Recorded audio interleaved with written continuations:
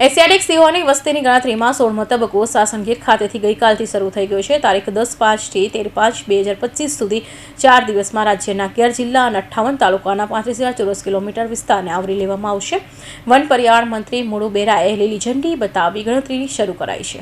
One વિભાગે આ વર્ષે સિંહની ગણતરીમાં આધુનિક ટેકનોલોજીનો ઉપયોગ કર્યો છે। ડિજિટલ કેમેરા અને કેમેરા ટ્રેપ, જીપીએસ અને જીઆઈએસ ટેકનોલોજી, રેડિયો કોલરિંગ પદ્ધતિ અને એઆઈ આધારિત ડેટા વિશ્લેષણ સોફ્ટવેરનો ઉપયોગ કરવામાં આવી રહ્યો છે।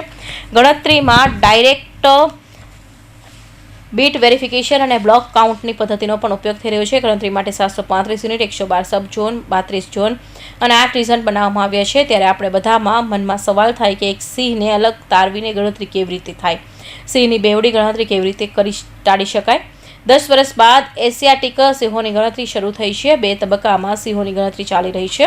વન વિભાગ દ્વારા અમને એક ફોર્મ આપવામાં આવ્યું છે। તેના ઉપર સિંહની મૂવમેન્ટના નિશાન, લોકેશન અને સિંહની કોઈ ઈજા થાય હોય તો લખવાનું હોય છે। આ ઉપરાંત ફોટો પાડવાનો હોય છે। ડાયરેક્ટ બીટ વેરિફિકેશન પદ્ધતિથી સિંહોની ગણતરી કરતી વખતે જો કોઈ સિંહ પરિવાર ભ્રમણ કરતો હોય તો જે તે બીટમાં તે જ જગ્યાએ પરિવારમાં જોવા મળે છે, ત્યાંથી કઈ દિશા તરફ જઈ રહ્યો છે તેની સામે સમયની પણ નોંધ ગણતરીઓ કરે છે।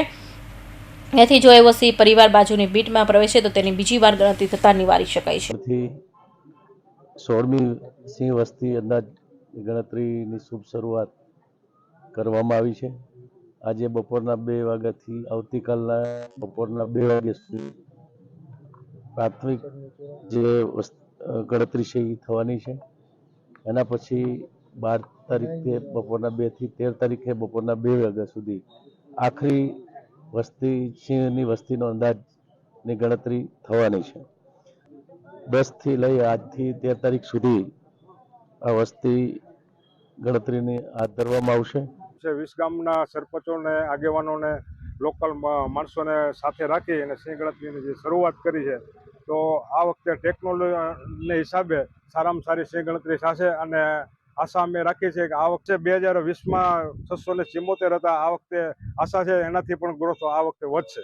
વન વિભાગ દ્વારા ફિલ્ડમાં સમગ્ર વિસ્તારમાં ઝોન વાઇઝ અધિકારીઓ, ગણતરીકારકો, મદદનીશ ગણતરીકારો અને નિરીક્ષકો સહિતના સ્વયંસેવકો દ્વારા સિંહની ગણતરી કરવામાં આવી હતી। સિંહની નોંધ અને ચકાસણી કરવા માટે નિયંત્રણ પત્રકો અને તેમને સોંપેલા વિસ્તારમાં નકશા આપવામાં આવ્યા છે। આ પત્રકોમાં સિંહોના અવલોકનનો સમય, હિલચાલની દિશા, લિંગ ઉપર, શરીરના પરના કોઈ પણ અન્ય ઓળખ ચિહ્નો, જીપીએસ લોકેશન અને ગ્રુપ કમ્પોઝિટની નોંધણી કરવામાં આવી રહી છે।